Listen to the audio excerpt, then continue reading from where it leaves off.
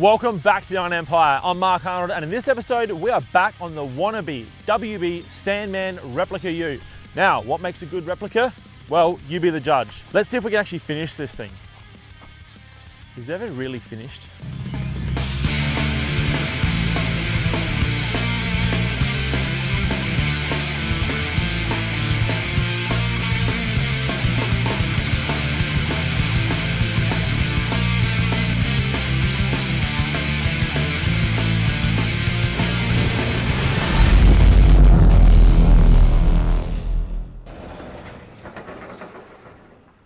Alrighty, so it is time to drag the wannabe Sandman back out of its spot. As you can see, it is wrapped up like it's in cotton wool. And yeah, I've been basically storing this away until I get time to work on it, and that is right now. So I've got to move the LTD off the tough lift hoist. We're going to get that out, we're going to get this in, and the first thing I think that I'm going to address is the fuel system. There is no fuel system in this car. It is all running off of a bottle under the bonnet right now, or under the lack of bonnet. And once that's done, we will put the bonnet on. So let's get it out and get into it.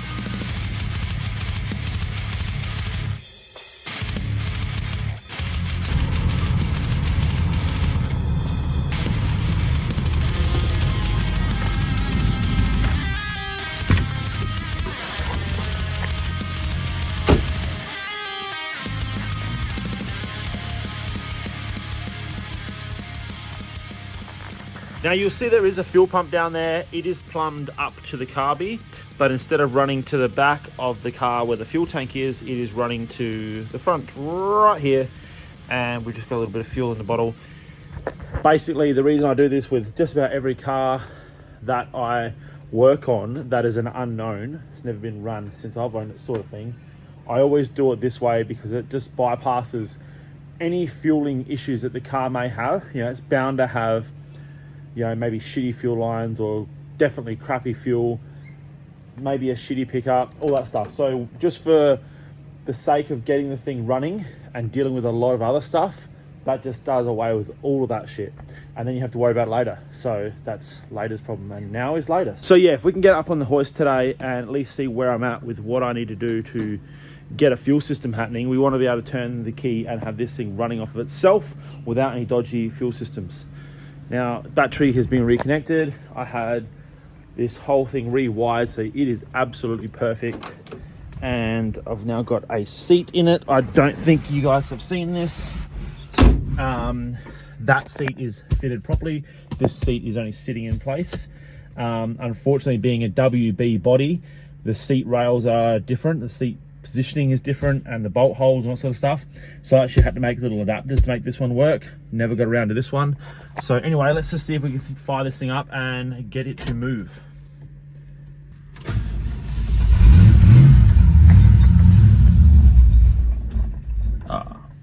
Once the fuel comes up, this thing will run. It does run good.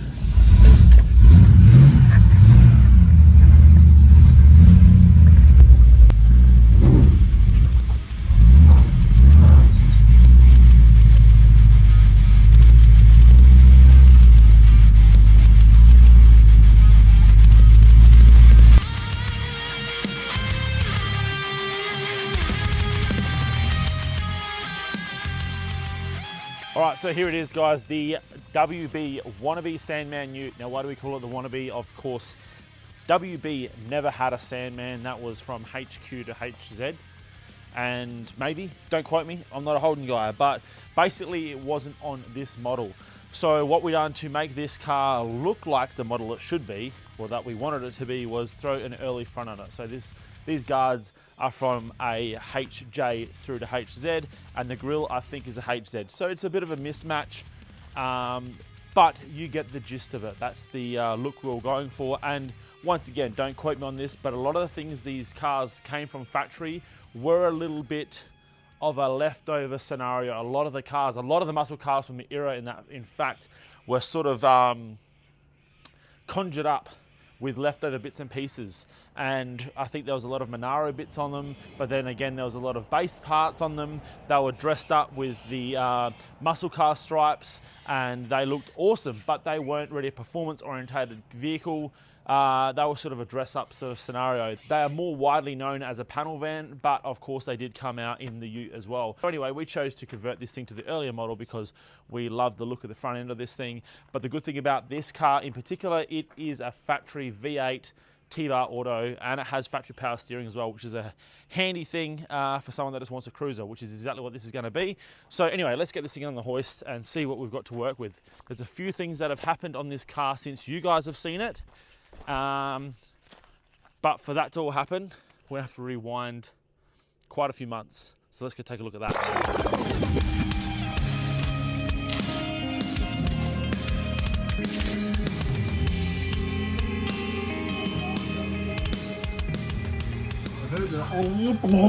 Oh yeah, nothing's on there. Not even connected. No connections, bro. My 4-inch blocks here.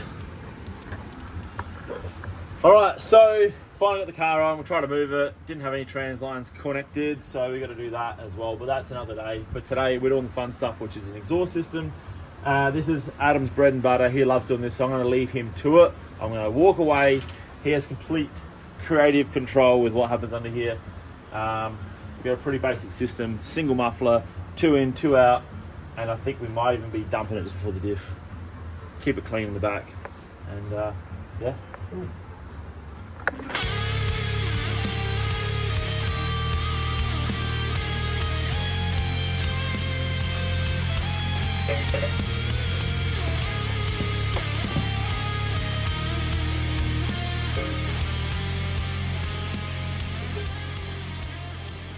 All right, so while I shot off to get some fittings so we can connect up this transmission, the cooler pipes, Adam's been working away under the car.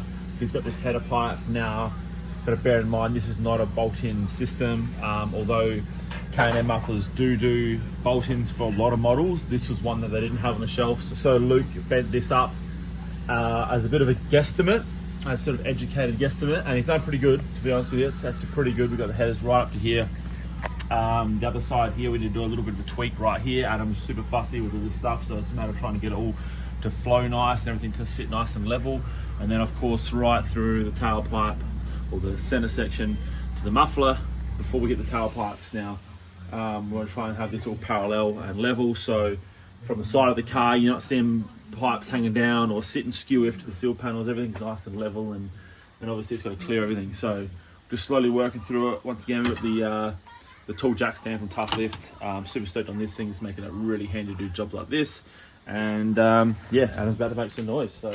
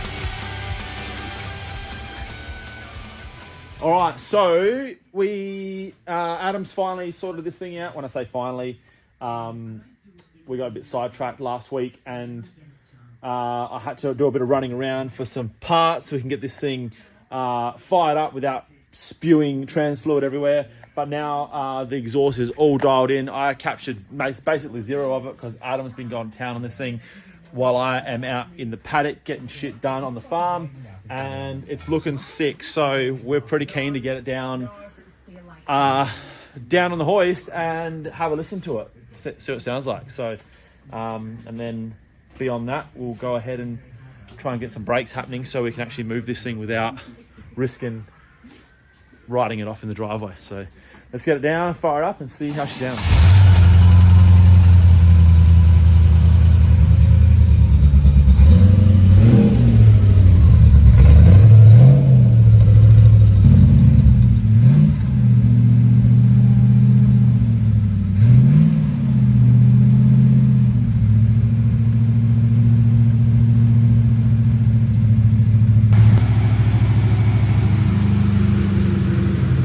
All right, so as you can hear, it's way quieter before it was like drag car spec.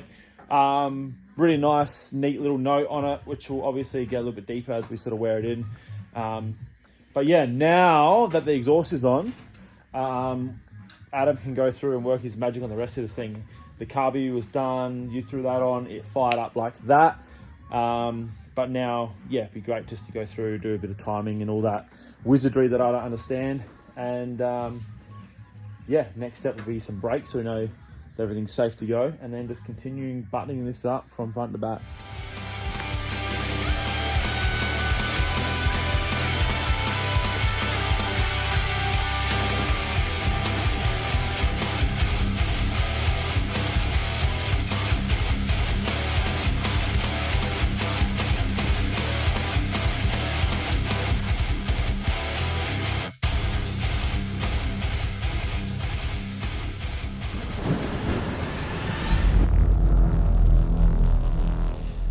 Need I remind you guys of the merch? Remember, if you guys want to support the channel, you like a bit of good old-fashioned car merch, you want to represent the Iron Empire, we've got the brand new piston T with the lightning IE on the front. That's a brand newie.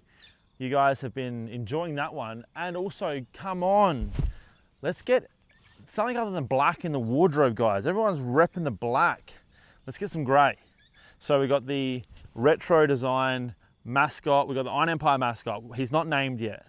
I've been meaning to name him, but I haven't got around to it. Don't call me. Mine's broken too. If you guys can't relate to that, I don't know what you're going to relate to. Like, I feel like he's just a little legend. And you guys need some gray in your wardrobe. So jump onto the online store. The details are right here. Support the channel. It goes a long way. Let's get back onto the Wannabe Sandman. Okay, so you see there, we've done a really nice job of the exhaust system. Adam killed it. It looks super clean. Exactly what we're going for. We didn't want to have pipes coming out the back. We just wanted to drop before the diff. All it has to be here in SA is behind the last opening door to be legal. So that is all legal and above board. Thanks to Kuliun Mufflers for sorting that out. To have those pipes all bent up, ready to go, made this so much easier. And yeah, we smashed that out and it's looking really mint.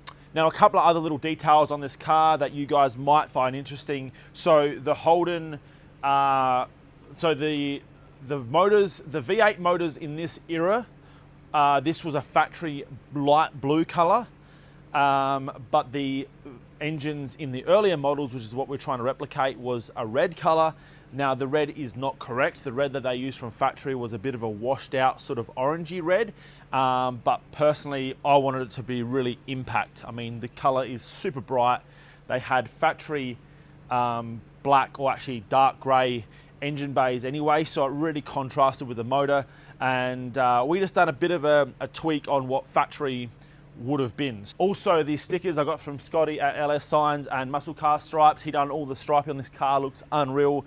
I got him to make this up in the right colors. So this should actually say 308 or 5 litre, sorry, 5 litre in the blue.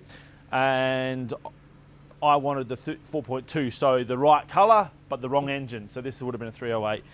Anyway, a few little spins on the factory options, I guess. Another thing as well, little things like this make a big difference in my opinion. This is a aftermarket aluminium radiator because this didn't have a radiator with the car. Well, I couldn't find it anyway. And so I just bought this aftermarket brand newy, but of course we painted it satin black. We don't want to make a point of parts that aren't exciting, like radiators. And when it comes to any other components, just a nice coat of cast iron or gloss and satin black will be your best friend because you get those contrasts and everything looks really good. Anyway, let's get this thing up on the tough lift hoist and see what we've got to work with. All right, so we're gonna have a crack. Oh, this is a terrible video quality right now because I'm in darkness here, guys. I have a crack at putting this fuel line on because it's gonna be way easier than trying to push a airline up into this engine bay. All right, sweet.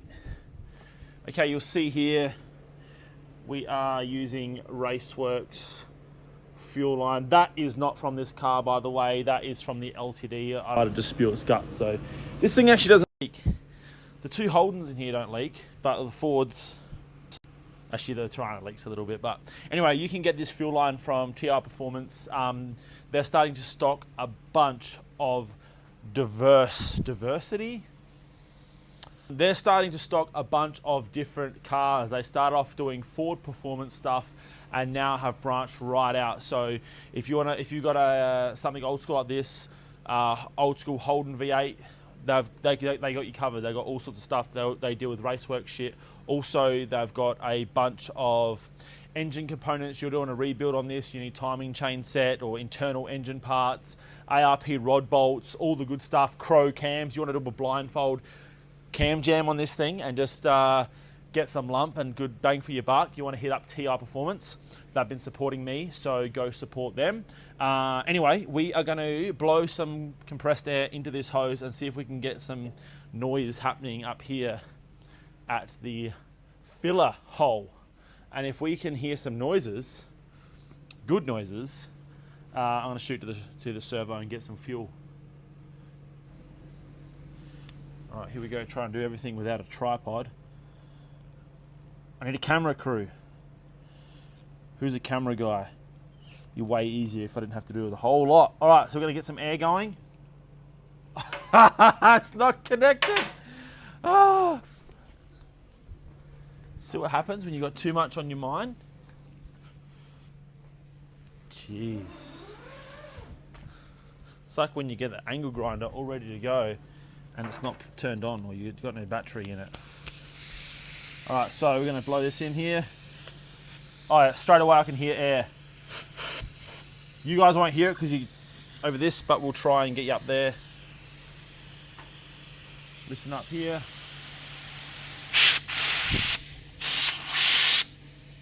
I guarantee you didn't hear that, but trust me, there's air coming out, which means we have a clear fuel line, so that's good news. All right, go get fuel, go put fuel in, and easy.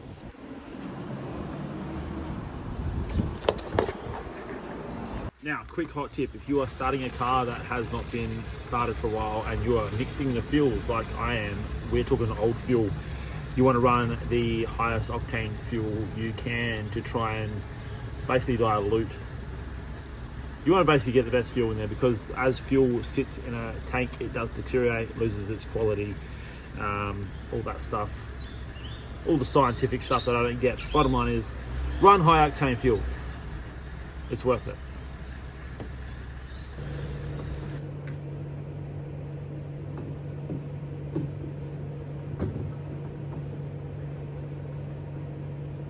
Okay, so we've got fuel lines connected up now. I didn't actually have room for a second filter, but there is a brand new one on there on the engine side of the pump, on the carby side of the pump, I should say.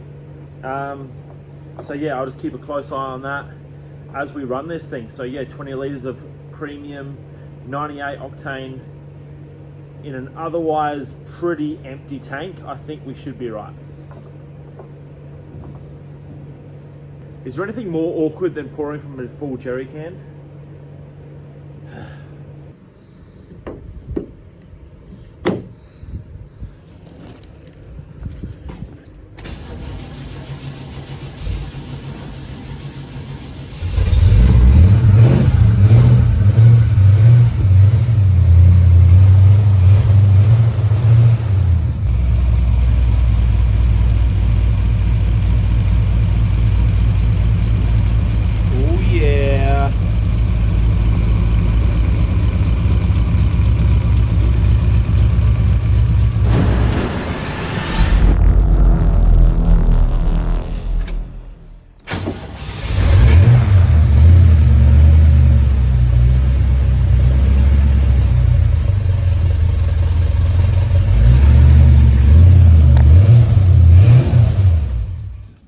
So it is the next morning.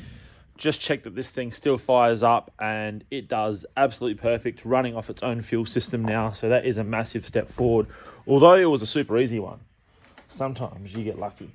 But now, today I want to get this bonnet on because it needs to go on. And I also want to get this rear window in place, maybe. I'll pick the best window rubber up. We're going to clean it all up. And then, yeah, try and pull that in place. Let's go.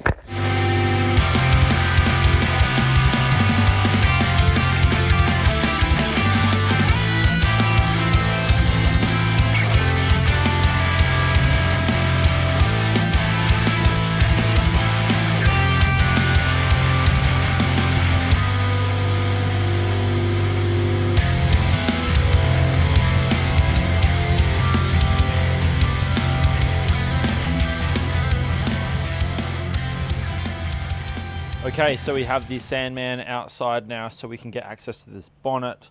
The hinges are in place and I have them set at the highest point, so when we can start furthest away from the body and we can sort of adjust it as we go.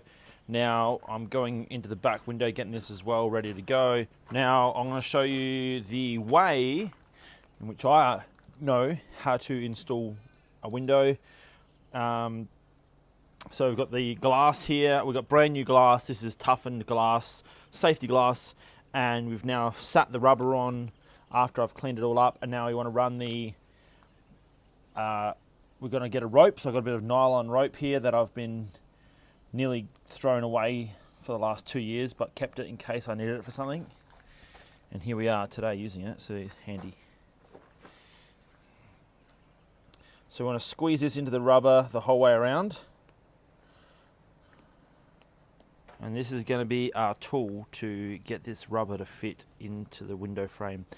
Now, I've said this before and I'll say it again. If you can retain the original rubbers, so you want to cross them over at the end. Once I've got some help, once some help arrives to get this window in, you'll need 2 people to do this.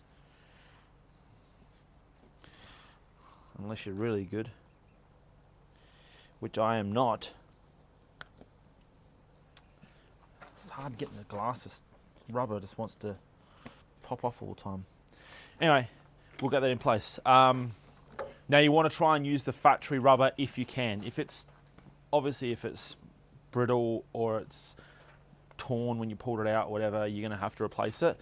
But if you can use the factory rubber like this one, this is still super rubbery. I guarantee it's going to be a better fit than aftermarket rubbers. All right, bonnet's ready to go. Glass is ready to go. All I need is a pair of hands to help me get this all to happen. Hopefully it shouldn't take too long.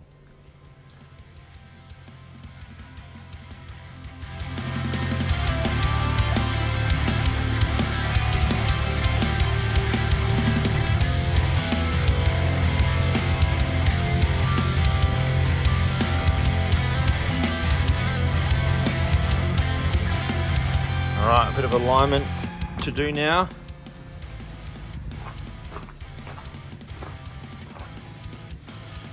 Bit of a pain in the ass, but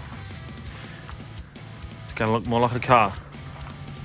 Okay, so I'm trying to get this window in on my own now. I didn't want to hold Richard up, and there was a few issues. So now I'm sort of having a crack on my own. I had to re-glue a little bit of the hood lining because we don't want to make a mess of that as it goes in. Because once the glass is in, you're not going to be able to fix the hood lining. So I'm just going to have a crack on my own, and failing that, I'll wait until I've got another pair of hands to help me.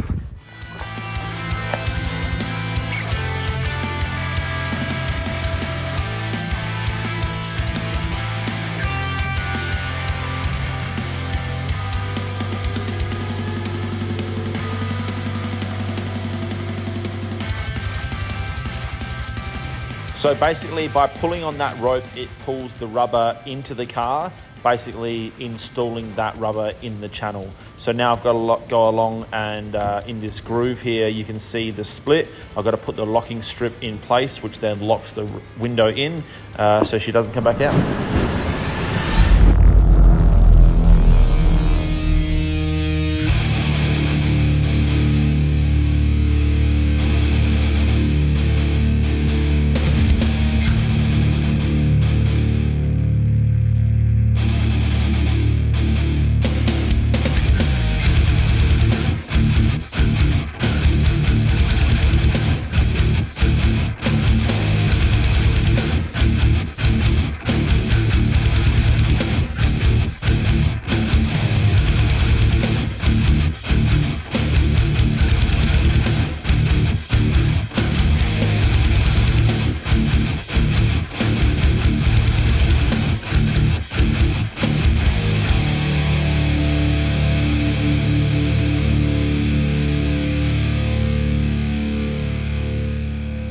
All right, so here we are. The bonnet is on, super stoked. It needs a little bit of adjusting, but it opens and closes. That's all we need done for now.